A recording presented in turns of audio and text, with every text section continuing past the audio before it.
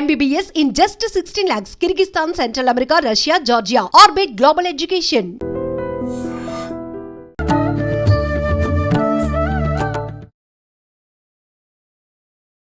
నమస్కారం, welcome to I dream. ధర్మ మార్గం విత్ విజిత కార్యక్రమానికి స్వాగతం. ప్రస్తుతం మనతో పాటు ఉన్నారు అవని ఫౌండేషన్ వ్యవస్థాపకులు శ్రీ సంతోష్ బుద్ధ గారు. ఇప్పుడు వారితో మాట్లాడి మరిన్ని విషయాలు తెలుసుకుందాం. నమస్కారం అండి. నమస్తే మేడం, థ్యాంక్ యూ. సో నాకు ఈ అవకాశం ఇచ్చినందుకు మీకు, మీ స్టూడియో సిబ్బందికి కృతజ్ఞతలు. థ్యాంక్ యూ అండి, thank you very much. Santosh గారు, మామూలుగా భగవంతుడు ఎవరు అని అంటే ఒక్కొక్కరు ఒక్కో రకంగా చెప్తూ ఉంటారు. అసలు భగవంతుడికి రూపం అనేదే లేదు అని కొంతమంది చెప్తారు. భగవంతుడు ఎవరో కాదు మనమే అని కొంతమంది చెప్తూ ఉంటారు. భగవంతుడు లేడు అంటారు, ఉన్నాడు అంటారు, అంతటా ఉన్నాడు అంటారు. రకరకాలుగా మాట్లాడుతూ ఉంటారు. మీ ఉద్దేశం ప్రకారంగా అసలు భగవంతుడు అంటే ఎవరు? నిజంగా భగవంతుడు ఉన్నాడా? Okay madam, thank you, very good question. So ఈ సృష్టి మొత్తము ఒక శక్తితోటి, ఒక చైతన్యంతో ఉన్నది. మనం భగవంతుణ్ణి అనున ఉన్నాడని అంటాం. మన సమస్త శాస్త్రాలు ఏం చెప్తాయంటే, జగత్తులో ఒక గుండు పిన్ను పట్టని ప్లేసు లేదు అని సమస్త శాస్త్రాలు చెప్తున్నాయి. అదంతే, భగవంతుడు లేని ప్లేసు, గుండు పిన్నీసు పట్టని ప్లేస్ కూడా లేదు అని చెప్తున్నాయి. అంటే మనం ఎగ్జాంపుల్ ఎట్లా తీసుకోవాలంటే, ఫర్ ఎగ్జాంపుల్ ఒక సముద్రంలో నీటి బిందువు లేకుండా ఎట్లుంటుందో ఈ జగత్తులో భగవంతుడు లేని ప్లేస్ లేదు. ఇక అంతే, సాధ్యపడదు, ఇంకా అది ఫిక్స్. సో భగవంతుణ్ణి దర్శించాలంటే ఈ వ్యక్తి భగవంతుడు అయిపోవాలి. అది అసలు ఎవరు భగవంతుని దర్శించుకోవాలి. భగవంతుణ్ణి దర్శించాలంటే, అంటే ఆయన చూడాలంటే, ఎవరైతే భగవంతుని చేరుకునే స్థితిని, అంటే ఆ పూర్ణ స్థితిని చేరుకుంటారో వాళ్ళకు మాత్రమే భగవంతుడు అర్థమవుతుంది. మామూలు వ్యక్తులకు ఈ మాయలో భగవంతుడు అర్థం కాడు. సో ఇప్పుడు మనలో వెలుగు రూపంలో దర్శనం ఇస్తుంది. సో కొందరికి సహస్ర కోటి సూర్యుల వెలుగు ఎంత ప్రతిబింబం ఉంటుందో అంత పవర్ ఉంటుంది. అంటే భగవంతుని మూలం ఏమంటే, మనము ఒక దివ్యుడు అని పిలుస్తారు. మనం దివ్యుడు అని పిలవలేకుండా, అంటే ఆ భాషలో ఆ పేరును ఉచ్చరించడంలో మెల్లగా ఏమైందంటే దాన్ని భగవంతుడిగా మార్చబడ్డది. సో ఆ దివ్యుడు అనే నామాన్ని భగవంతునిగా మార్చేసినాం మనమే. సో దేవుడు అంటే పవర్, జగత్ అంతా అట్లా ఆ చైతన్యం అట్లా ఉన్నది. ఓకే. సో ఆ చైతన్యమే ఇన్ని రూపాలుగా ఈ జగత్ అంతా ఇలా మార్చబడుతూ ఉంటుంది.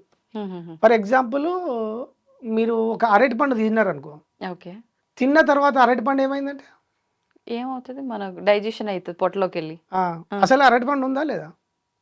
ఎందుకుంటే తిన్న తర్వాత మాయమైపోతుంది, ఏడిపోయింది, మన కడుపులోకి వెళ్ళిపోతుంది, అదొక ఎనర్జీగా మారుతుంది.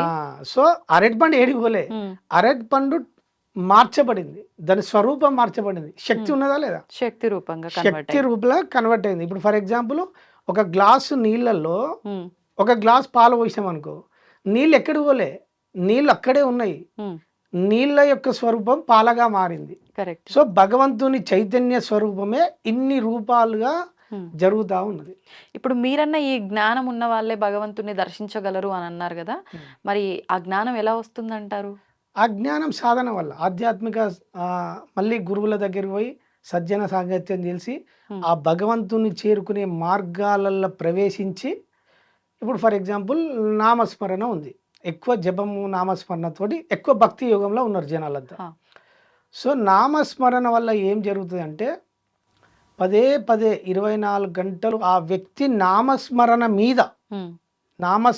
జపించడం కాదు, నామస్మరణ మీద జపించడంతో పాటు ఆ యొక్క శబ్దం మీద మనసు లగ్నమైనప్పుడు, ఒక నాగుపాము పుట్టలో ఉన్న పాము బయటికి రావాలంటే ఆ నాదం ఎట్లా ఉచ్చరిస్తుంటే ఆ నాదానికి దగ్గర పాము బయటకు వచ్చి ఎట్లా నాట్యం ఆడుతుందో, సో నామస్మరణలో మన లోపల ఉన్న అన్ని దుర్గుణాలు క్షణక్షణం మెల్లగా రాలిపోతుంటాయి. ఇప్పుడు మీరన్న ఈ విషయం నాకు అర్థం అవ్వలేదండి. నామస్మరణ జపం చేయటానికి, మీరన్న నామస్మరణ మీద జపం చేయటానికి తేడా ఏంటంటే? అంటే మామూలుగా మంత్రం పఠించడం వేరు, మనసు ఎక్కడ ఉంటుంది. ఇప్పుడు నేను నామస్మరణ చేస్తున్నా, ఓం శ్రీరామ దూతాయ నమః అంట, లేకపోతే ఓం నమ శివాయ అంట, నా మైండ్ ఎక్కడుంది? ఎక్కడో ఉన్నది. సో శబ్దం మాత్రమే ఉచ్చరిస్తున్నా, కానీ మనస్సు శబ్దం మీద లేదు కదా. సో మనస్సు ఎప్పుడు శబ్దం మీద లగ్నం అవుతుందో, వ్యక్తిలో ఉన్న దుర్గుణాలన్నీ ఈ నాదానికి పాము ఎలా నాట్యం ఆడుతుందో, ఈ నామస్మరణలో మనిషి యొక్క దుర్గుణాలన్నీ రాలిపోతాయి. క్రమేపీ అన్ని క్షీణించిపోయినప్పుడు అన్ని గుణాలకు అతీతంగా ఈ వ్యక్తి మారుతాడు. అంటే మీరు అన్నట్టుగా ఇప్పుడు దానికి అర్థము అంటే మనము శ్రద్ధతో చేయకపోవడము చేయటము అన శ్రద్ధ సబూరి అంటే ఆ ఇన్వాల్వ్మెంట్ ఉండదు, అంటే సమర్పణ భావం ఉండదు. ఓకే. సో చేస్తున్నాం అంటే చేస్తున్నాం, ఆహా. సో ఆ శ్రద్ధ పూర్ణంగా ఉండదు అనమాట. సో ఎప్పుడైతే అంటే మన మైండ్ డైవర్ట్ అవ్వకుండా మనం చేస్తున్న దానిపైన ఫోకస్ పెట్టి చేయటము మీరన్న రెండో విషయం. రెండో విషయం. ఓకే. సో ఇది భక్తి యోగంలో.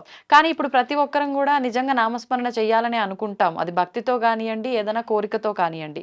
కానీ ఆ కూర్చున్న కాసేపట్లోనే అది మనం మనసు అనేది ఇక్కడ నిగ్రహం పెట్టలేకపోతూ ఉంటాము. పెట్టాలని కూర్చున్నప్పటికీ వేరే ఆలోచన చేయొద్దు అనుకున్నప్పటికీ పెట్టలేకపోతూ ఉంటాం. మరి ఇది ఎలా సాధ్యపడుతుందంటారు? అదే కదా సాధన. సాధన అంటే మీరన్న ఈ నామస్మరణ కంటిన్యూగా చేస్తూ ఉండటమేనా? మనస్సు నామస్మరణ ఉంచడమే. ఓకే. రెండు ఏకీకృతమై రెండు ఏకకాలంలో కొనసాగాలి. కొనసాగి అభ్యాసం చేస్తే ఈ వ్యక్తి పూర్ణత్వం పొందుతాడు. ఓకే. సో మళ్ళీ అన్ని మూలమే. భక్తి ఒకటే, జ్ఞానం ఒకటే, ధ్యానం అంతా మూలంలో మళ్ళీ అన్ని ఒకటే అవుతాయి. కానీ ధ్యానం డిఫరెంట్. ధ్యానం ఏంది అంటే, ఇప్పుడు ధ్యానం ఉన్నది, ధ్యానం టోటల్గా మనిషి విడివడిపోతాడు, అంటే గమనించడంలోకి వెళ్ళిపోతాడు. మనస్సు గమనించడంలోకి వెళ్ళిపోతుంది ఇక్కడ. అంటే ప్రతిదీ అబ్జర్వ్ చేయటమా? ప్రతిదాన్ని ఏం అబ్జర్వ్ చేస్తుంది? ఇప్పుడు ధ్యాన పద్ధతులు రకరకాలుగా ఉంటాయి మేడం. అంటే సాధారణంగా ధ్యానం అంటేనే ఆలోచన రహిత స్థితిలో ఉండటము అంటారు. ధ్యాన స్థితి వేరు, ధ్యానం వేరు. ఏంటి వ్యత్యాసం? ధ్యాన స్థితి అంటే ఆలోచన లేకుండా వచ్చే స్థితిని ధ్యాన స్థితి అంటారు. సో ధ్యానం వేరు. మళ్ళా ధ్యానం అంటే మనం చేసే పద్ధతి, ఆ రూట్ను, అంటే ఆలోచన లేకుండా ఉండే స్థితిని చేరుకోవడానికి చేసేది ధ్యాన పద్ధతి. ప్రాసెస్ ఆ వేల పోవడం. సో ఆ ప్రాసెస్ లో రకరకాల పద్ధతులు ఉన్నాయి. మళ్ళా ఇప్పుడు బుద్ధుడు ఇచ్చింది శ్వాస మీద ధ్యాస ఉన్నది. ఒక్కొక్క గురువు ఒక్కొక్క పద్ధతిని ఇచ్చిరు మనకు. సో భగవాన్ నేనెవరు అనే ప్రశ్నను ఇచ్చిండు. ఇప్పుడు మనకు భగవద్గీత శ్రీకృష్ణుడు నాసాగ్రం మీద దృష్టి పెట్టమంటాడు, ఒక్కొక్కది ఒక పద్ధతిలో. సో సామాన్యంగా ఏ రకంగా చేసినప్పటికీ ఆ స్థితికి చేరుకోవటం అయితే సాధ్యమే, కానీ సాధన ద్వారా, సాధన చేయకుండా సాధ్యపడదు. సో ఇప్పుడు ఫర్ ఎగ్జాంపుల్ శ్వాస మీద ధ్యాస అనుకుందాం, ఎందుకంటే ఇప్పుడు ఎక్కువ అది అందరికి ఈజీ, కామన్ పీపుల్ కూడా ఈజీ. బుద్ధుడు ఇచ్చింది అది సింపుల్ కాబట్టి. ఇక్కడ మనసు ఏమవుతుందంటే, మామూలుగా ఏ విషయంలో కానీ మనస్సు ఎప్పుడు పనిచేస్తూ ఉంటుంది. సో నామస్మరణలో మనసు ఉంటేనే మంత్రం జరుగుతుంది, మనసు లేకుంటే మనసు జరగదు. మీరు ఏ ఇష్యూలో ఉన్నా మనసు ద్వారానే ఆ పరిస్థితిని చేరుకోవచ్చు. సో ధ్యానంలో ఏంటంటే మనస్సును గమనించడంలోకి వెళ్ళిపోతుంది. ఓకే. ఇప్పుడు శ్వాస మీద ధ్యాస, ఇక్కడ మనసు ఏమవుతుందంటే శ్వాస వచ్చినప్పుడు పోయినప్పుడు వచ్చిపోయే శ్వాస మీద మనసు గమనించడంలోకి షిఫ్ట్ అవుతుంది. మనసు ఎక్కడ ఉంది? గమనంలో ఉంది. సో ఇక్కడ దీని అర్థం ఏంటంటే మనసును చూడడంలోకి పంపిస్తున్నాం. మనసు ఎప్పుడైతే చూడడంలోకి పంపించినప్పుడు మనసు పని చేయడం ఆగిపోతుంది. 24 గంటలు మనస్సుకు గ్యాప్ లేకుండా పనిచేయడం అలవాటు కదా, అంతే కదా. ఏ క్షణమైనా మనసు పనిచేస్తూనే ఉంటుంది. ఇది ఒక కౌతిలాగా ఉంటుంది. దాన్ని ఎట్లా అంటారంటే నిలకడ లేకుండా ఎప్పుడు కళ్ళుదాయిన కోతిలాగా అంటారు. ఆ కళ్ళుదాయిన కోతికి ఒక తేలు కుడితే ఎట్లుంటుంది? ఓకే, ఇంకా గందరగోళంగా ఉంటుంది. అంత గందరగోళంలో ఉన్న మనసును ఫస్ట్ టైం ధ్యానంలో వచ్చిన తర్వాత, ధ్యాన పద్ధతిలోకి అడుగు పెట్టినప్పుడు మనస్సును గమనించడంలోకి పంపిస్తున్నాం. ఇక్కడ ఇది అర్థం చేసుకోవాలి, ఇది సూక్ష్మంగా అర్థం చేసుకుంటే తప్ప అర్థం కాదు. మనస్సును గమనించడంలోకి షిఫ్ట్ అవుతుంది, అంటే పని చేస్తున్న మనస్సును గమనించడంలోకి పంపిస్తున్నాం. ఓకే, అంటే ఇక్కడ ఏంది? శ్వాస మీద ధ్యాస. ధ్యాస అంటే ఏంది? పెట్టడం, దృష్టి పెట్టడం. దృష్టి అంటే చూడడం, గమనించడం. Hmm. అంటే ఇక్కడ గమనంలోకి వెళ్ళిపోతుంది మనసు. గమనంలోకి వెళ్ళిపోయినప్పుడు ఇక్కడ ఒక పాయింట్ తీసుకుంటున్నాం. ఫర్ ఎగ్జాంపుల్ ఇప్పుడు ఓం శాంతి తీసుకుంటాం. ఓం శాంతి అంటే శివనేత్ర ఒక డాట్ పెట్టి దాన్నే ప్రత్యేకంగా చూడడం. సో ఇక్కడ శ్వాస మీద ధ్యాస ఏమవుతుందంటే మనసును గమనించడంలోకి ఎప్పుడైతే మనసు గమనించడంలోకి వెళ్ళిపోయిందో మనసు పని చేయడం ఆగిపోతుంది. ఇక్కడ మనసు ఆగిపోతుందిగా. ఎక్కడ ఉంది? గమనంలో ఉంది. గమనంలో ఉన్నప్పుడు మనసు పనిచేస్తుందా? లేదు. ఇప్పుడు అంటే అది దృష్టి పెట్టింది అన్న అది కూడా ఒక పనే కదా, అది మొత్తానికి ప్రాథమిక నిద్రాస్థితిలోకి రాలేదు కదా. లేదు, ఇది ప్రాథమిక దశ. ఇదే అభ్యాసం. ఇదే అంటే నేను మీకు స్టెప్ బై స్టెప్ వివరిస్తున్నా, ఇది అర్థమవుతుంది. ఇది ప్రాథమిక దశలో మనసు గమనించడంలోకి వెళ్ళిపోయినప్పుడు ఏమైందంటే మనము చిన్నప్పటి సంది అంటే పుట్టినప్పటి సంది మన మనసు ఎన్నో చిత్రాలు, పొద్దున్న లేస్తే న్యూస్ పేపర్లు, టీవీ సీరియళ్ళు, ప్రపంచంలో ఉన్న సినిమాలు అన్ని మొత్తం నింపుకొని ఉన్నాం కదా. ఇప్పుడు ఫర్ ఎగ్జాంపుల్ దీన్ని మంచిగా మనకు వాడుక భాషలో ఎక్స్ప్లెయిన్ చేస్తాం మీకు. ఇప్పుడు మన హౌస్ ఉంటుంది కదా మేడం, మన ఇల్లు ఉంటుంది కదా, ఇల్లును ఒక 1 month లేకపోతే 1 month వదిలేసి లాగేసి మనం ఎట్టన్నా బయటికి వెళ్ళిపోయిన తర్వాత మళ్ళీ 1 month తర్వాత ఇంటికి వచ్చిన తర్వాత ఇల్లు ఎట్లుంటుంది? అంత బూజు పట్టేసి చెత్త ఉంటుంది కదా. సో ఇప్పుడు క్లీనింగ్ ప్రాసెస్ చేయాలి. చేయగానే ఏం జరుగుతుందో చెప్పండి. ఫస్ట్ ఏం చేస్తారంటే ఎప్పుడైతే ఆ పని మొదలు పెట్టడంలో ఆ గృహంలో ఉండే వ్యక్తులు మొదలు పెడతారు కదా, అంటే నూకడం స్టార్ట్ చేస్తారు. స్టార్ట్ కాగానే ఏం జరుగుతుంది? అందరు ఏమనుకుంటారంటే మెల్లగా క్లీన్ అవుతుంది అంటారు. క్లీనింగ్ కాదు, ఫస్ట్ మనం ఎప్పుడైతే మొదలు పెట్టగానే ఆ దుమ్మంతా లేచి ఇంకా గందరగోళం అవుతుంది. అంతేనా లేదా? అంటే ఒక 1 month మొత్తం స్టోరేజ్ ఉన్న స్టార్ట్ కాగానే ఇంకా గందరగోళం అవుతుంది, డస్ట్ అంతా లేస్తుంది. అది ఎప్పుడైతే కొనసాగుతుందో ఆ కొనసాగే క్రమంలో మెల్లగా క్లీనింగ్ అవుతుంది. సో లాస్ట్ ఎండ్ వరకు మనము చేస్తే తప్ప అది క్లీన్ జరగదు. సో ఒక్కొక్క గదిని క్లీన్ చేసుకుంటూ రావాలి. ఈ ప్రాసెస్ లో ఏం జరిగినా మనం ఓర్పుతో ఉండాల్సిందే. అంటే ఏం జరుగుతుందని? దుమ్ము లేస్తుంది కదా, దుమ్ము లేస్తుంది, మనకు అంటుకుంటది. ఓకే, ఇది మన రెగ్యులర్ వాడుక భాషలో ఈ క్లీనింగ్ ఇది పక్కన పెడితే ధ్యానం విషయానికే వస్తే ఏం జరుగుతుంది అలా చెప్పండి. అదే చెప్తా. అంటే ఇది ఎగ్జాంపుల్ గా చెప్తున్నా. అవును. అంటే వ్యక్తికి ప్రమాణం లేకుంటే గుడ్డుగా నమ్ముతున్నాం కదా. సో మనకు ఒక ప్రమాణం చూపించాలి. సో ఇప్పుడు ధ్యానంలో ఏమవుతుందంటే మనసు గమనించడంలోకి వెళ్ళిపోతుంది కదా. ఇప్పుడు ఆ ఇల్లును శుద్ధి చేసే ప్రక్రియలో దుమ్ము ఎట్లా లేస్తుందో మన లోపల పేరుకపోయిన చిన్నప్పటి సంది పేరుకపోయిన ఆలోచన యొక్క శక్తి బయటికి రావడం స్టార్ట్ అవుతుంది.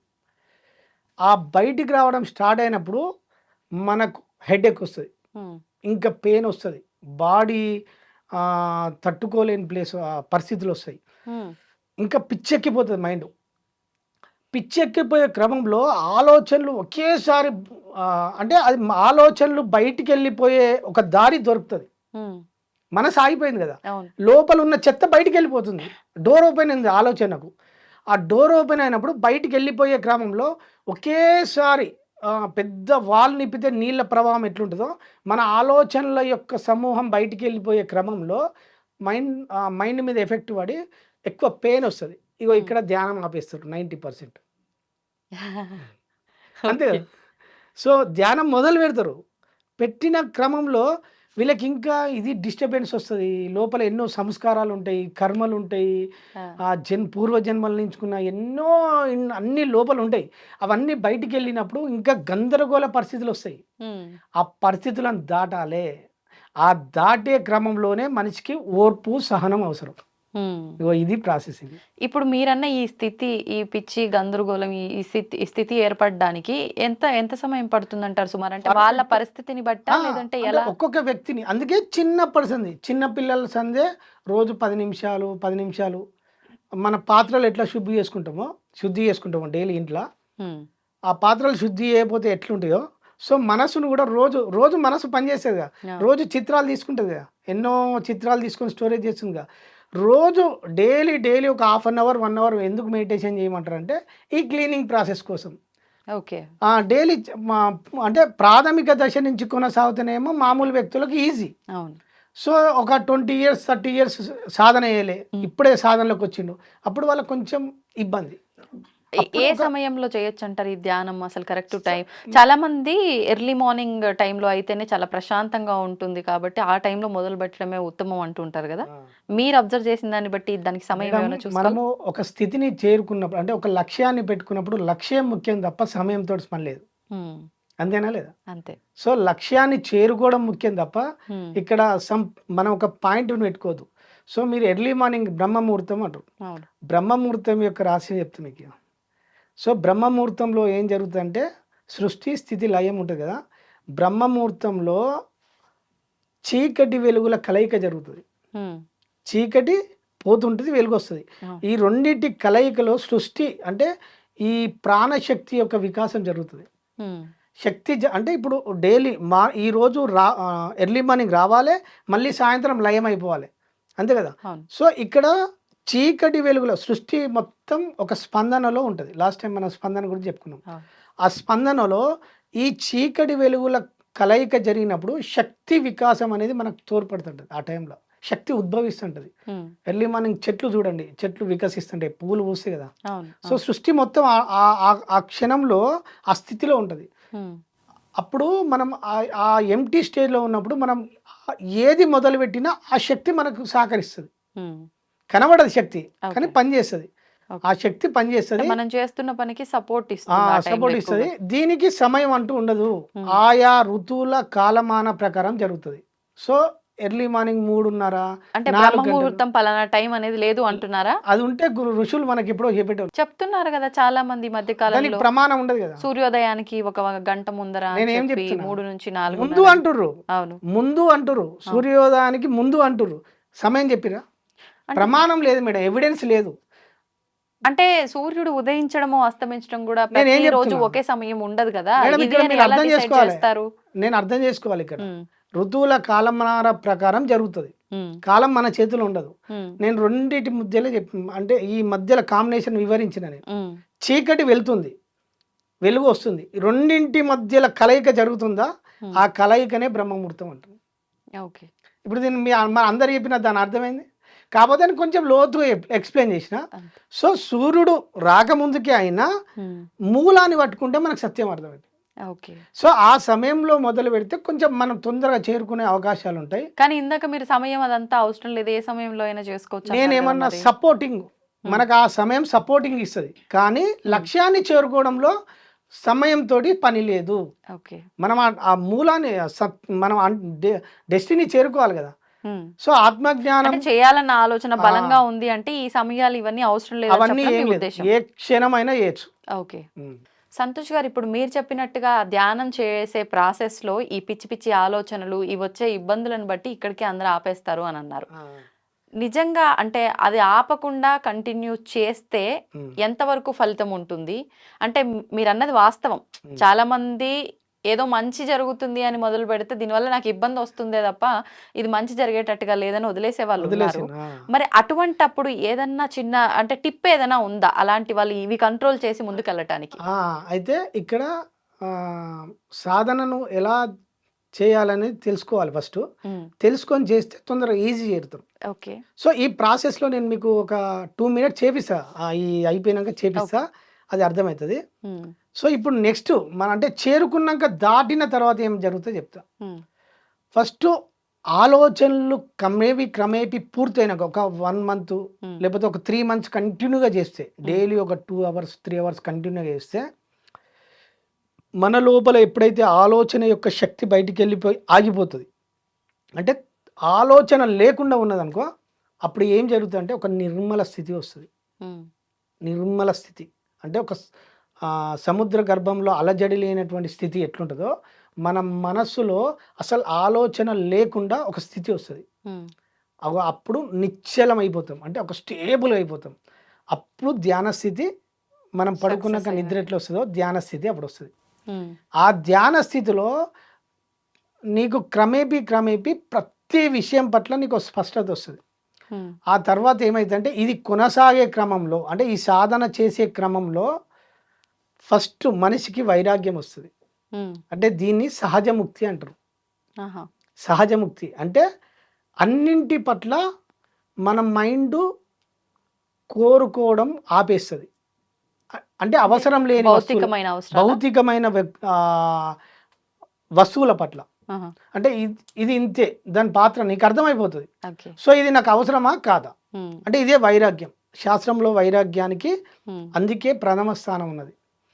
అంటే ఏది అవసరమో దాన్నే మైండ్ పట్టుకుంటుంది తప్ప అనవసరమైన దాన్ని పట్టుకోదు. ఫర్ ఎగ్జాంపుల్ మామూలు వ్యక్తులు ఉన్నారు. సో ప్రపంచంలో చూస్తే ఎన్నో హోదాలు కనబడతాయి. సో అవన్నీ కోరుకుంటుంది మన మైండ్, ఆకర్షిస్తూ ఉంటుంది. సో ధ్యాన సాధనల వైరాగ్యం రావడం వల్ల ఏమవుతుందంటే అవన్నిటిని కోరుకోవడం కట్ చేస్తుంది, కనెక్షన్ కట్ అయిపోతుంది. అప్పుడు ఏమవుతుందంటే మనసు ఒకే దాని మీద నిలబడడం స్టార్ట్ అవుతుంది. ఈ వ్యక్తికి ఏది అవసరం దాని మీదనే నిలబడుతుంది మనసు, దాని మీదనే నిలబడుతుంది. మనసు దేన్నైతే చూస్తుందో అది మన జీవితంలోకి వస్తువుగా వస్తుంది. సో మనసు 24 గంటలు దేని మీద అయితే సృష్టి మొదలు పెడుతుందో దీన్ని అన్నమయ్య ఏమంటాడు, భావింప సకల సంపదల రూపం అదివో. అంటే మనం ఏదైతే భావిస్తామో సకల సంపదలు నీ ముందు ఉన్నాయి అని చెప్తున్నావు. సో మనస్సు ద్వారా మన భావన ఉంటుంది కదా. సో భావన మనసులోకి వెళ్ళిపోయి చూడడం మొదలైతుంది. చూడినప్పుడు అది సృష్టిగా మారుతుంది. దీన్ని బ్రహ్మం గారు ఏం చెప్తారంటే, దృష్టి నిలపనేలా దేవుడే దిగివచ్చు, దృష్టి నిలపని చోట నష్టపడను, దృష్టి నిలిపిన చోట సృష్టించబడును, కాళికాంబాంశ కాళికాంబ.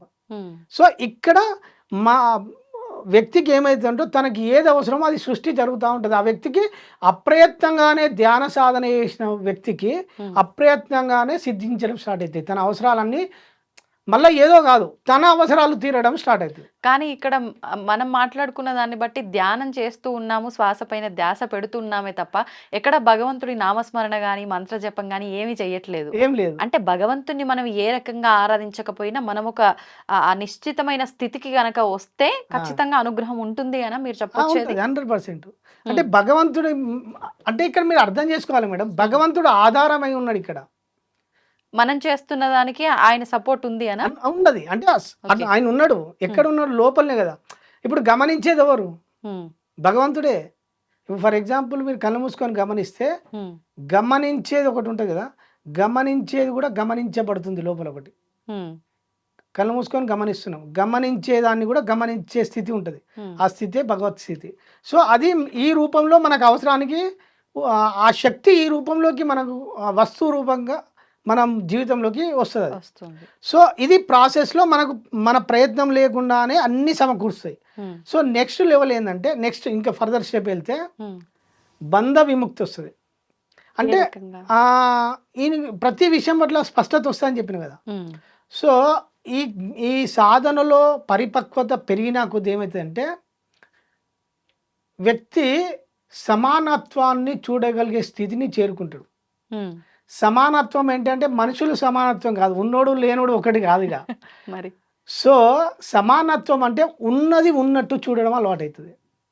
అంటే ప్రతిదీ ఎలా ఉందో అలా యాక్సెప్ట్ ఎలా ఉన్నదో అలా యాక్సెప్టెన్సీ వస్తుంది.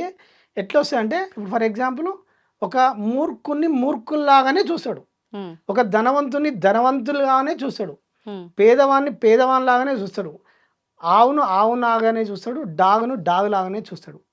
కానీ ఇప్పుడు మనం ప్రపంచంలో సమానత్వం అంటే పేదవాన్ని ధనవంతునిగా చేయాలని అనుకుంటాం. అట్లా కాదు రోల్. ఇక్కడ సృష్టి కార్యంలో ఎవరి రోల్లో వాళ్ళు ఉన్నారు కదా.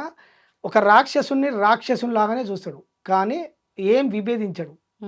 సో ఈ క్యారెక్టర్ అర్థమైపోతుంది వ్యక్తి. ఇప్పుడు ఇంట్లో భార్య భర్తలు ఉన్నారు, భార్యను భార్యలాగా ట్రీట్ చేసినప్పుడు, భర్తను భర్తలాగా ట్రీట్ చేసినప్పుడు ఇంకా గొడవ ఎక్కదు మేడం. సో ఎవరి పాత్రను వాళ్ళకి విలువ ఇచ్చినప్పుడు, గౌరవించినప్పుడు యాక్సెప్టెన్సీ జరిగిందా లేదా? ఇప్పుడు ఆ ఇంట్లో సమస్యలు మెల్లగా రాలిపోయినట్ట లేదా? సో ఇదే బంధముక్తి. నెక్స్ట్ లెవెల్కి వెళ్ళినప్పుడు కర్మముక్తి జరుగుతుంది. ఆ నెక్స్ట్ లెవెల్ ఏంటి? కర్మముక్తి. అంటే ఇప్పుడు మీరు చెప్పినట్టుగా ఇది దాటినప్పుడు ఈ మళ్ళీ ఇందులో దాటిన తర్వాత కర్మను కూడా అంటకుండా, అంటే ఇంకా స్టేబుల్గా అయిపోతుందిగా, నిశ్చల స్థితి స్టేబుల్గా అయిపోతుందిగా. అన్నింటి పట్ల ఈ సృష్టి యజ్ఞం పట్ల ఈ కార్యం ఎట్లా రూపొందించబడ్డది, కార్యం వెనకాల ఏమున్నది, అప్పుడు ఏమవుతుందంటే దృశ్య జగత్తు అదృశ్య జగత్తు ఈ వ్యక్తిలోకి ప్రవేశించబడుతుంది. సో దృశ్య జగత్తు అంటే ఏంది, అదృశ్య జగత్తు ఏంది అర్థమైనప్పుడు కర్మ ద్వారా సృష్టి ఎలా నడుస్తుంది. ఉమ్, సో ఈ కర్మ యొక్క పరిపక్వత దశకు వచ్చినప్పుడు కర్మ కూడా ఎలా రాలిపోతుంది అర్థమైపోతుంది. ఏంటండి అదృశ్య శక్తి? అదృశ్య శక్తి అంటే ఇప్పుడు కంటికి కనబడేది దృశ్యం, ఉమ్, ఇప్పుడు అంటే నిత్యము మనం చూస్తుండే చూసేది దృశ్య జగత్తు. దీనికి కారణం ఏంది? అదృశ్య జగత్తు. సో అదృశ్య జగత్తే ఈ దృశ్య జగత్తుకు కారణం. అది లేకుండా ఇది కనబడదు. అంటే అదృశ్య శక్తి అంటే ఇది భగవంతుడు మీకు- అనా? ఇది మీకు ఒక భౌతికంగా నేను ఒక ఎక్స్ప్లెయిన్ చేస్తాను, మీకు అర్థంగా ఇది అర్థం చేసుకోవాలి. ఓకే. సో అంటే ఒక దానికి బేస్ చెప్తా కానీ మూలం అర్థం కాదు. మళ్ళీ ఉమ్, ఉమ్. ప్లేట్లోనే అన్నం తింటున్నా కదా, అన్నం రావడానికి ఎంత జరిగింది? దాని వెనకాల రీజన్ అంటే దాని మీరు వెనకాల కంచంలో పెట్టుకొని 4 మెతుకులు తింటున్నారంటే దాని వెనకాల ఏమున్నది ఏంటి? తెలియాలి. ఓకే. సో అక్కడ పంట పండించే రైతు ఉంటాడు, రైతు ఆ పని చేసే రైతు కూలీలు ఉంటారు. ఉమ్, ఆ కూలీల వెనకాల ఆ ధాన్యాన్ని ఒక మిల్లుకు సమకూర్చే వ్యవస్థ, ఆటో మిల్లలు వాళ్ళు ఉంటారు, అవును. రైస్ మిల్లలు ఉంటారు, ట్రాన్స్పోర్టేషన్ ఉంటుంది, ఉమ్, బిజినెస్ మ్యాన్లు ఉంటారు. ఇంత వెనకాల ఉందా లేదా? అదంతా లేకుండా నా ప్లేట్లకు రైస్ వచ్చి అన్నం వచ్చిందా? లేదు. సో ఇది కనబడేది, ఉమ్, కనబడంది అది. ఓకే. సో ఇప్పుడు అది లేకుండా ఇది జరిగిందా? జరగదు. సో ఈ సృష్టికి వెనకాల అది జరుగుతుంది.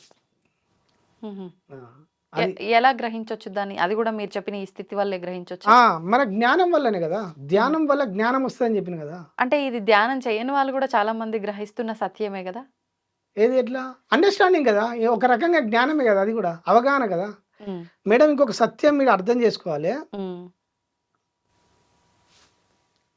ఆధ్యాత్మికత అంటే ఏందో అనుకుంటారు. ఉమ్, ఆధ్యాత్మికత అంటే సాధించేది కాదు. ఇక్కడ ఉమ్, ఆధ్యాత్మికత అంటే సాధించేది కాదు, ఉమ్, అర్థం చేసుకోవడం. ఆధ్యాత్మికత ప్రతి విషయాన్ని, సూక్ష్మాన్ని చూడడం.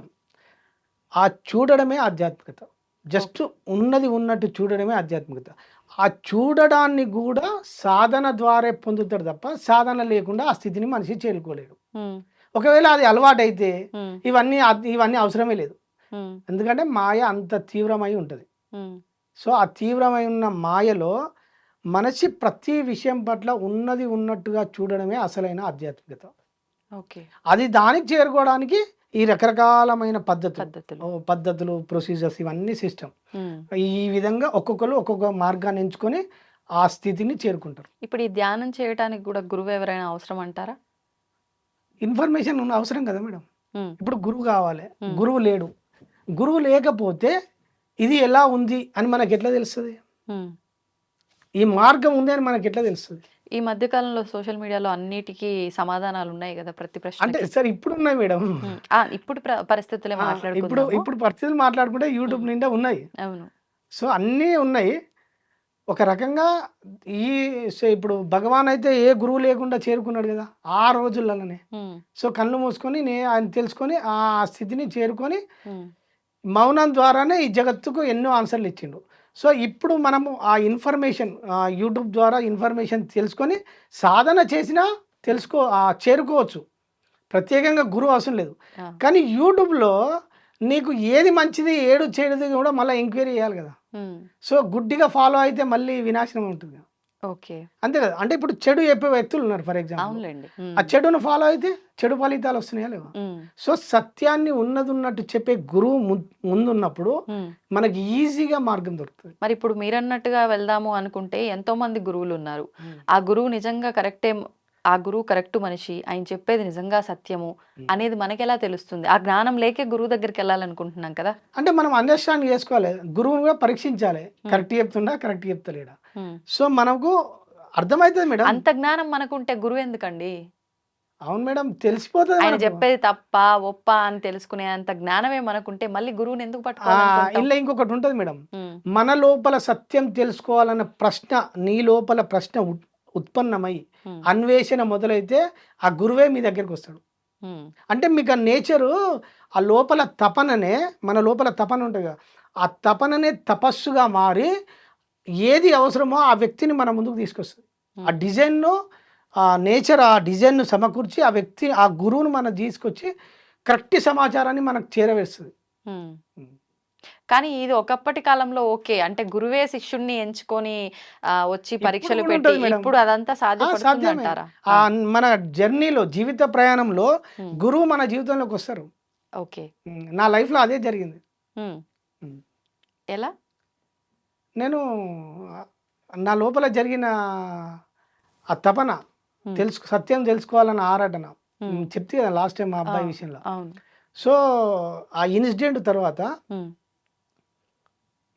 ఆ పరిణామంలో అసలు ఏంది జీవితం అని నా లోపల ఒక అంధకారం వచ్చినప్పుడు నేను వెతకడం స్టార్ట్ చేసిన ఏంటిది సత్యం తెలుసుకునే క్రమంలో అన్ని సొసైటీలు తిరిగిన. హ్మ్. సొసైటీ ఆ తిరగడం వల్ల అన్ని గురువులను తిరిగినప్పుడు ఎవరు బాగా చెప్తురు ఏం చెప్తురు నేను అన్నీ డీకోడ్ చేసుకున్నాను నేను. హుహు. చేసుకున్నప్పుడు నాకు మా ఫిజికల్గా ఇప్పుడు అన్నపూర్ణ మేడం గురువు నాకు ఫిజికల్గా ఇప్పుడు భౌతికంగా ఓకే. అన్నపూర్ణ మేడం ఆ ధ్యాన సాధనలో నాకు ఎలా పోతే తొందరగా రీచ్ అవుతాం అనేది నాకు మీరు ఆమెను అప్రోచ్ అయ్యారా? లేదు ఆ! ఒక ప్రోగ్రాంలో మేడం కలిసింది. హుహు. కలిసిపోయింది ఆ ర్యాపో కలిసిపోయింది నా స్వీకరించడము నాకు 2 సంవత్సరాలు హ్మ్. ఆమె దగ్గర సాధన చేయడము అన్నీ నన్ను ఎట్లా ముందుకు తీసుకెళ్లాలో అవన్నీ నాకు గైడ్ చేయడము హ్మ్. ప్రతి క్షణం ధ్యాన స్థితిలో ఎలా ఉండడం అవన్నీ నేర్పించింది ఆమెనే. ఆహా! నేను ప్రాక్టికల్గా దగ్గర ప్రతిరోజు నన్ను గైడ్ చేయడం అవన్నీ జరిగినాయి. హ్మ్. ఇప్పుడు గురువు వల్లనే నాకు దొరికింది కదా గురువు లేకుంటే నాకైతే దొరకదు కదా. ఓకే. సో జ్ఞానంలో మళ్ళీ కర్మయోగంలో నాకు భగవాన్ అందించిండు కానీ హ్మ్. భౌతికమైన ధ్యాన సాధనలో నాకు మా గురువు అన్నపూర్ణ మేడం అందించింది. ఓకే. ఓకే. అయితే ఖచ్చితంగా గురువు అవసరం అంటారు. అన్ని అంటే ఒక్కొక్కరికి ఒక పద్ధతి మేడం. హ్మ్. ఒక్కరిది ఒక లైఫ్ డిజైన్ ఒక వస్తుంది. ఓకే. నాకు గురువు ద్వారా దొరికింది. హ్మ్. హ్మ్. ఇప్పుడు మీరన్నట్టుగా ఇందాక మీరొక మాటన్నారు. ఆ కర్మ కూడా అంటకుండా చేసే ఆ స్థితి కూడా ఉంది అని చెప్పి. హ్మ్. ధ్యానంలో నెక్స్ట్ లెవెల్ అది అని చెప్పి. హ్మ్. అదెలా ఆ స్థితిని సాధ్యపడుతుంది? ఆ చేరుకున్న స్థితిని తర్వాత చేరుకోవటానికి ఏమైనా మెలకువలున్నాయా? మెలకువలు సాధన ద్వారానే వస్తాయి మేడం. అంత ఎంతసేపు చేయాల్సుంటుంది సాధన? అంటే మొదట మనం మొదలు పెట్టేటప్పుడు ఎంతసేపు చేయాల్సుంటుంది? మేడం ఈడ క్వాలిటీ మెడిటేషన్ అవసరం. ఎంతసేపు ఎంత చేసినా అని కాదు. ఎంత అని కాదు. ఓకే. ఆ డీప్‌గా క్వాలిటీ ఇప్పుడు రోజు గంటలు 20 గంటలు కూర్చునేటోళ్ళు ఉన్నారు. హ్మ్. రోజు 40 రోజులు సీరియల్‌గా కూర్చునేటోళ్ళు ఉన్నారు. హ్మ్. నేను చూసిన అంటే ఇప్పుడు నేను ఈ స్పిరిచువల్ పార్ట్‌లోకి వచ్చినాక 20 సంవత్సరాల సంధి ధ్యాన సాధన చేసినోళ్ళని చూసిన నేను. హ్మ్. కొన్ని సంస్థలల్లో డబ్బులు ఒక లక్షలు, లక్షలు ఫీజు కట్టి నేర్చుకున్నోళ్ళని చూసిన నేను. హ్మ్. నేను 5 సంవత్సరాలు నేను ఆధ్యాత్మిక మార్గంలో వచ్చి. ఆహా! నేను 2 సంవత్సరాలనే నేను ఆ స్టేట్‌ని చేరుకున్నా. ఓకే. అంటే ప్రాక్టీస్‌ని బట్టి. ప్రాక్టీస్. నేను అంటే మీరు కంప్లీట్ అసలు రూమ్‌లోంచి కూడా బయటికి ఆ! రాకుండా నేను ప్రాక్టీస్ అదే చేశానని చెప్పారు గదా! క్వాలిటీ మెడిటేషన్ అది చెప్తాను. క్వాలిటీ సాధన ఏం చేస్తే అట్లా మీరు అంటే రాత్రి పగళ్ళు ధ్యాన స్థితిలోనే ఉండేవారా? ఎలా అసలు? అంటే నాకు ప్రతి క్షణాన్ని హ్మ్. ఆ సాధనను వాడుకున్నా నేను. ఫర్ ఎగ్జాంపుల్ మీకు నేను ఆహ్, అన్నీ తెలుసుకున్నా. హ్మ్. తెలుసుకొని అన్నీ సాధన చేసిన. ఫస్ట్ ఫర్ ఎగ్జాంపుల్ ఒక గంట సేపు అంటే మా గురువు ఇప్పుడు అన్నపూర్ణ మేడం కలవక ముందుకు మామూలుగా సాధన అలవాటు అవును. చేసుకున్నా. అవును. సో, నా లోపల తపన ఆ స్థితిని నాకు మేడం వచ్చిన తర్వాత నాకు మళ్ళీ ఆ గురువు లభ్యమైనాక సాధన వేరు. హ్మ్. అంతకుముందుకు బేసిక్ లెవెల్‌లో చేసిన. ఫర్ ఎగ్జాంపుల్ నేను ఒక గ్లాస్ నెత్తిలో బోర్లేసుకొని గ్లాస్ కింద పడకుండా గంట సేపు కూర్చునేటోడిని అట్లా. హ్మ్. అట్లా కింద పడకుండా. అదొక పద్ధతి. అంటే అది మీకు మొదటిసారికే సాధ్యపడిందా? అంటే మెల్లగా మెల్లగా అలవాటు చేసుకో ఆహా! ప్రాక్టీస్ చేసిన మేడం. ఆ! ఆ! సో, ఇప్పుడు మేడం వచ్చిన తర్వాత ఫస్ట్ మమ్మల్ని కూర్చోబెట్టి ఎలా సాధన చేపిచ్చింది, ఎలా ముందుకెళ్ళాలి అనే పరిణామ క్రమంలో హ్మ్. ఫిజికల్ లైఫ్‌లో అంటే భౌతిక జీవితంలో గూడా సాధన ద్వారా ఎలా సిద్ధి పొందాలో నేర్పింది నాకు. హుహుహు. ఫర్ ఎగ్జాంపుల్ నేను సాక్షి నాకు అన్ని సాధనల కంటే సాక్షి ఉత్తమమైందని నాకు గురువు ద్వారా నాకు అర్థమైపోయింది. హ్మ్. అన్ని సాధనల కంటే. సాక్షి అంటే ఏందంటే ఉ మొత్తం టోటల్ బాడీగా డిటాచ్ అయిపోవడం నేర్పింది నాకు. అంటే ప్రతి క్షణాన్ని హ్మ్. ఒక పాటలుంటది. హ్మ్. 'అదిగో అల్లదిగో' అని ఒక పాట ఉంటది కదా! అదిగో అల్లదిగో శ్రీహరివాసము 10,000 శేషుల పడగలమయం. పడగలమయము. దీని అర్థమేంది మేడం? మనకు దృశ్య రూపంలో ఆ! నారాయణుడు ఇట్లా సేదతీరుతుంటారు. 10,000 పడగలు ఆయన మీద ఇట్లా కప్పబడి ఉంటాయి. అవును. దృశ్య రూపంలో ఇది. హ్మ్. దాని మీనింగ్ ఏందంటే చెప్తా. హ్మ్. అన్నమయ్య చెప్పింది ఏందంటే హ్మ్. నారాయణుడంటే సృష్టిని నడిపించే వ్యక్తి. అంటే హ్మ్. సృష్టిని నడిపించే స్థితి. అదొక శక్తి. నడిపించినప్పుడు మన జీవితంలో సృష్టి నడుస్తుంది కదా! మన జీవితం నడుస్తుంది కదా! హ్మ్. నడిచినప్పుడు మనిషి జీవితం గందరగోళంగా ఉంటది. ప్రతి క్షణం ఏదో సమస్యలతోటి ఉంటదా అవును. లేదా? అవును. సో, ఈ నారాయణుడు ఏమైపోయిండంటే ఇప్పుడు గమనించడంలో సేదతీరుతుండు. హ్మ్. నారాయణుడు గమనించడంలో సేదతీరుతుండు. 10,000 శేషులు అంటే 10,000 సమస్యలు చుట్టుముట్టినాయి, అయినా ఆయన పాల సముద్రం మీద ఏ సమస్యల్ని అంటకుండా అట్లా గమనించడంలో సేదతీరుతుండు. ఆ లీనమైపోయింది ఆయన. ఈ 10,000 సమస్యలు కూడా ఆయన అంటకుండా ఉన్నాడు. కానీ నిజంగా దానికి అర్థం అదేనా? అదే.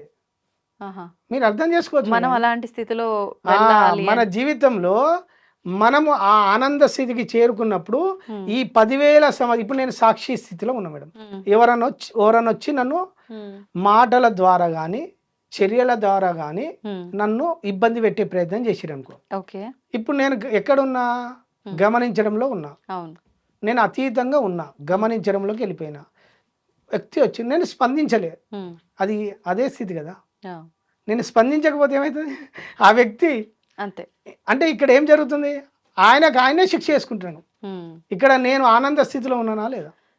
వాస్తవం మీరు చెప్పింది. ఇది విషయంలో రియాక్ట్ అవ్వకుండా ఉండడం అనేది, కానీ అన్ని సందర్భాల్లో కూడా ఇది స్పందన లేకుండా అంటే ఉండటం జ్ఞానం వల్ల ఎక్కడ స్పందించాలి, ఎక్కడ స్పందించొద్దు అర్థమవుతుంది. ఓకే, ధ్యాన సాధన ద్వారా ఓకే, స్పష్టత వస్తుంది, ప్రతి విషయం పట్ల స్పష్టత వస్తుంది. అనవసరమైన దానిలో మనము వేలు పెట్టాం. ఇక్కడ ఏమవుతుందంటే ఈ సహజ ముక్తిలో 3 స్థితులు వస్తాయి. ఫస్ట్ యాక్సెప్టెన్సీ వస్తుంది. ఓకే, 2 ఇతరుల విషయంలో జోక్యం చేసుకోకపోవడం, ఎవరి విషయాల్లో తలదూర్చకపోవడం వస్తుంది. ఓకే, 2 ఇంకా ముందుకెళ్తే ఏమవుతుందంటే 1 అంగీకరించడం, 2 జోక్యం చేసుకోవడం, ఇంకొకటి ఇలా చేయాలి అని చెప్పకపోవడం. అంటే వ్యక్తిని జడ్జి చేయం, అంటే నో జడ్జిమెంట్ ఉంటాం. అంటే వ్యక్తిని నువ్వు ఇట్లే చెయ్యాలి, ఇది చెయ్యాలి, ఇది చెయ్యకూడదు అని మనం గైడ్ చేస్తాం కదా. సో అది వస్తుంది. అది వచ్చినప్పుడు వేరే వ్యక్తిని మనము జడ్జిమెంట్ చెయ్యం. ఓకే, అంటే మీరన్న మొదటిదే వర్తిస్తుంది ఇక్కడ. వాళ్ళు ఎలా ఉన్నా మనం యాక్సెప్ట్ చేస్తాం, ఎలా ఉంటే మనకేంటి, అంతే. ఉన్నది ఉన్నట్టు అంగీకరించడమే. వాళ్ళకి నచ్చినట్టు వాళ్ళు ఉన్నారు, మనకు నచ్చినట్టు మనం ఉంటాము అనే విధానంలోకి వెళ్ళిపోతాం. అంటే ఇక్కడ 3 ఏమొస్తాయి అంటే నో జడ్జిమెంట్, జోక్యం చేసుకోపోవడం, ప్లస్ యాక్సెప్టెన్స్ చేయడం. ఈ 3 వచ్చినాయి అనుకో, మనిషి పరిపూర్ణంగా ఉంటాడు. ఇంకేముంది మేడం, హ్యాపీగా ఉంటాడు. సో ఈ రోజులలో ప్రతి ఒక్కరికి ధ్యాన సాధన అవసరం. ఆరోగ్య పరంగా కూడా ఈ మధ్య డాక్టర్స్ కూడా చాలా మంది మెడిటేషన్ ఇంపార్టెంట్ అని చెప్తున్నారు. అవును. సో ఈ రోజులలో అన్ని స్థితులు అవసరమే. ప్రాథమిక దశలో అన్ని ముందుకెళ్ళడానికి అవసరమే. కానీ అందులో ఉత్తమమైన ధ్యాన పద్ధతి కనుక ధ్యానములో సాక్షి అనేది ఇంకా ఈజీ. ఇప్పుడున్న ప్రపంచంలో ఇప్పుడు కూర్చోవాలి. ఇప్పుడు ఫర్ ఎగ్జాంపుల్ కూర్చొని చేయడం అది ఈజీ పద్ధతి, రాజయోగం, అది మంచిగా చేయొచ్చు. కానీ గంటలు కూర్చోవాలంటే ఈ బిజీ లైఫ్లో మనిషికి గందరగోళంగా ఉన్నాడు. సో సాక్షి ధ్యానం అనేది నిత్య జీవితంలో ఏ వర్క్లో ఉన్నా, ఏ కర్మలో ఉన్నా సాక్షి అనేది ఈజీ పద్ధతి అనేది మనం చెప్పదలుచుకున్నాం ఈ టైంలో. సో దీని పొద్దున లేచిన పర్సన్ పడుకునేదాకా ఈ సాధన చేయొచ్చు ఈజీగా. ఇది మనం ఎటువంటి స్థితిలో కూర్చున్నా లేకున్నా మీకు ఈజీగా అర్థమయ్యే పద్ధతిలో చెప్తా నేను. సో ఇక్కడ ఏమవుతుందంటే పొద్దున నిద్ర లేవగానే మన కూర్చునే స్థితి టైం లేదు కదా, చాలా బిజీ. ముద్రలో వేసుకొని అన్ని లేకుండా సింపుల్ గా అర్థం కావడానికి నిద్ర లేవగానే ఫస్ట్ ఇప్పుడు మీకు 1 minute చేపించిన కదా మేడం, ఇప్పుడు 1 నిమిషం మీకు చేపించిన కదా 2 minutes. సో ఇప్పుడు మీరు గమనించడంలో ఉన్నారా? పొద్దున నిద్ర లేవగానే 1 minute జస్ట్ నిద్ర లేవగానే కళ్ళు తెరవగానే ఏం చేయాలంటే మళ్ళీ కళ్ళు మూసుకొని ఒక బాడీని ఒక 1 minute 2 minutes గమనించాలి. గమనించి బెడ్ దిగుతాం కదా, దిగేటప్పుడు కూడా మన బాడీని అబ్జర్వేషన్ చేస్తూ దిగాలి. దిగి మనం వాష్రూమ్కి వెళ్తాం, ప్రతి అడుగును గమనిస్తూ వాష్రూమ్కి వెళ్ళాలి. ట్యాబ్ ఇప్పుతాం, ట్యాబ్ ఇప్పేటప్పుడు గమనించాలి. బ్రష్ తీసుకునేటప్పుడు గమనిస్తూ అబ్జర్వేషన్ చేస్తూ బ్రష్ తీసుకోవాలి. పేస్ట్ అప్లై చేస్తాం కదా, ప్రతి దాన్ని అబ్జర్వేషన్ చేస్తూ కర్మ చేయాలి. ఇక్కడ స్నానం చేసేటప్పుడు కూడా బాడీ మీద నీళ్ళు ఎట్లా పడుతున్నాయి, మనం సోపును ఎట్లా అప్లై చేస్తున్నాము, మనము బట్టలు ఎట్లా వేసుకుంటున్నాం, అబ్జర్వేషన్లో ఉండాలి. ఇప్పుడు మైండ్ ఎక్కడ ఉంటుంది? ఇక్కడ నిరంతరంలో యాంత్రికంగా పనిచేస్తుంది మనసు. ఇప్పుడు ఏం చేసినా ప్రతి పనిలో ఇక్కడ కర్మ జరుగుతుంది, మనసు గమనించడంలోకి వెళ్ళిపోయింది. స్నానం చేసేటప్పుడు గమనిస్తుండు, బ్రష్ చేసుకున్నప్పుడు గమనిస్తుండు, ఫేస్ వాష్ చేసుకున్నప్పుడు గమనిస్తుండు. ఒక లేడీ అంటే ఇంట్లో లేడీస్ కుకింగ్ చేసేటప్పుడు కూడా గమనిస్తూ చేయాలి. గిన్నెలు పాత్రలు శుభ్రం చేసేటప్పుడు కడగాలి. కడిగేటప్పుడు ఎలా కడుగుతున్నాం, ఎలా జరుగుతుంది, మన మనస్సును ఎక్కడికో గాదిలకు చేస్తున్న పనిపైనే శ్రద్ధ దాని మీద మనస్సును అక్కడ నిలిపి ఉంచడం, ప్రాక్టీస్ చేయడం దీన్ని. సో ఏ పని చేసినా మనసును దాని మీద గమనిస్తూ ఉన్నప్పుడు ఏమైందంటే తొందరగా మనసు అలజడి నుంచి విముక్తి అవుతుంది. సో ఇది ఈజీ ప్రాసెస్. టీ తాగేటప్పుడు, పడుకునేటప్పుడు, అన్నం తినేటప్పుడు, బయటికి వెళ్ళేటప్పుడు, చెప్పులు వేసుకునేటప్పుడు గమనిస్తుండాలి. బయటికి వెళ్ళే కార్లో కూర్చున్నప్పుడు కూడా గమనిస్తూ మన బాడీని అబ్జర్వేషన్ చేస్తూ కూర్చోవాలి. అప్పుడు మామూలు వ్యక్తులకు కూడా ఈ ఒత్తిడి నుంచి దూరం అవుతారు. సింపుల్ టెక్నిక్ అందరి చేయడానికి ఆస్కారము. దీనికి సమయంతో పని లేదు, ప్లేస్ తోటి పని లేదు, వయసుతోటి పని లేదు. సో ఇది అందరికీ ఈ ధ్యాన పద్ధతి సులువైన మార్గం కాబట్టి నాకు ఈ చక్కటి అవకాశం ఇచ్చిన మీకు స్టూడియో సిబ్బందికి మరోసారి కృతజ్ఞతలు. థ్యాంక్ యూ అండి, thank you very much. And for more videos, please subscribe to iDream. Please subscribe to iDream. Please subscribe iDream. And please subscribe to iDream. For more videos, subscribe to iDream. please like, share and subscribe to the channel. Congratulations, iDream. Subscribe to iDream. Subscribe to iDream. So subscribe to iDream Media. iDream ki iDream team andarki huge congratulations. Please subscribe iDream Media. Please subscribe to iDream. Subscribe iDream. Please subscribe to iDream. iDream అంటే నా కళల ఛానల్ను subscribe చేసుకున్న నోరు తిరుగుతలేదు, మీరైతే గంట గుర్తు కొట్టండి. For more such videos, please subscribe to iDream. Subscribe to iDream. Please subscribe to iDream. Please subscribe iDream Media. Please do subscribe to iDream. Please subscribe to iDream Media. For best entertainment and information, please subscribe iDream. And don't forget to subscribe to iDream.